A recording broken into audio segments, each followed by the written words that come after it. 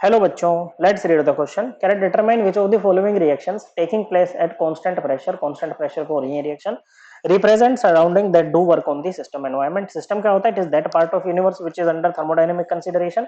और सिस्टम को छोड़ के यूनिवर्स में जो भी बच गया वो सराउंडिंग है। तो इन चारों में से वो रिएक्शंस बतानी है जिसमें जो सराउंडिंग है वो सिस्टम पे काम कर रही है बच्चों, मतलब work is done on system. और जब वर्क डन सिस्टम पे होता है तो हम क्या कहते हैं बच्चों? वर्क का साइन क्या लेते हैं? नेगेटिव बच्चों। वर्क की वैल्यू क्या लेते हैं? नेगेटिव में लेते हैं, नेगेटिव नहीं सॉरी पॉजिटिव में लेते हैं बच्चों। Work done by the system होता तो ये नेगेटिव होता बच्चों। अब वर्क डन के लिए फॉर्मूला क्या होता है? ये होता है minus P external into change in volume, final volume minus initial volume बच्चों। एक्सटर्नल प्रेशर मान लेते हैं, चारों केस में सेम है। ओके बच्चों, तो work for W to be positive. W positive कब होगा? जब बच्चों V2 माइनस V1 की वैल्यू नेगेटिव आएगी बच्चों। और ये तब आएगी जब फाइनल वॉल्यूम क्या होगी बच्चों? इनिशियल वॉल्यूम से कम होगी। ओके बच्चों, अब वॉल्यूम तो हमारे पास यहाँ पर है नहीं बच्चों, लेकिन हम यहाँ पर क्या यूज कर सकते हैं? हम यहाँ पर यूज कर सकते हैं एवोगैड्रोस लॉ।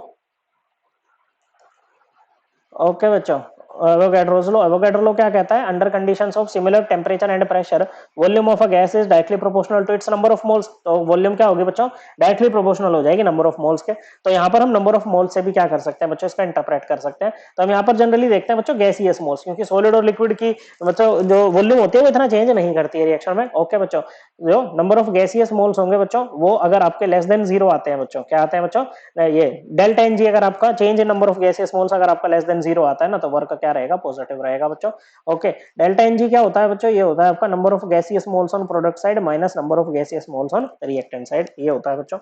तो चलिए चेक करते हैं, पहली वाली में चेक करें। अगर number of gaseous moles on reactant side देखें तो देखो, हाँ यहाँ पर क्या आना चाहिए बच्चों? आपका प्रोडक्ट साइड के मोल्स कम होने चाहिए रिएक्टेंट साइड से। ठीक है बच्चों, ओके।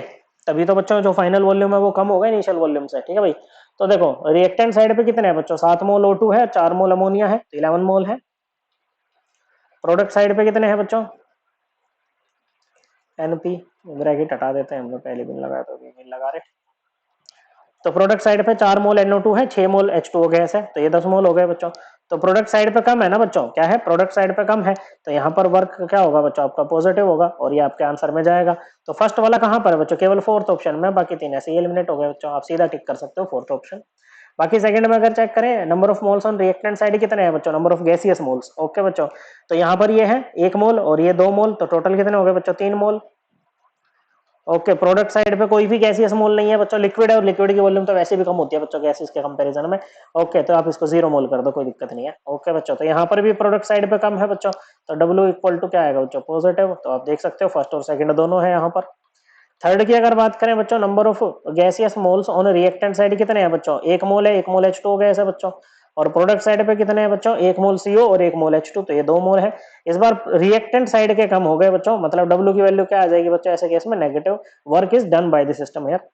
फोर्थ में अगर बात करें तो दोनों साइड क्या है? सॉलिड और लिक्विड, मतलब गैसियस मोल रिएक्टेंट साइड पे भी 0 और प्रोडक्ट साइड पे भी क्या हो जाएंगे बच्चों? 0 मोल हो जाएंगे। तो हम यहाँ ये कह सकते हैं बच्चों डेल्टा एन जी जो है वो 0 है।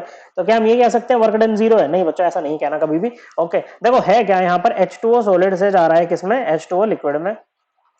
ओके बच्चों, और इनिशियली क्या होता है जब H2O सॉलिड से H2O लिक्विड में कन्वर्ट होता है ना बच्चों, तो यहाँ पर मतलब इसका जो ये मेल्ट हो रहा है बच्चों, क्या हो रहा है बच्चों? मेल्ट हो रहा है। और 1 atm पे आपका H2O का मेल्टिंग पॉइंट क्या होता है? 0 डिग्री सेल्सियस होता है।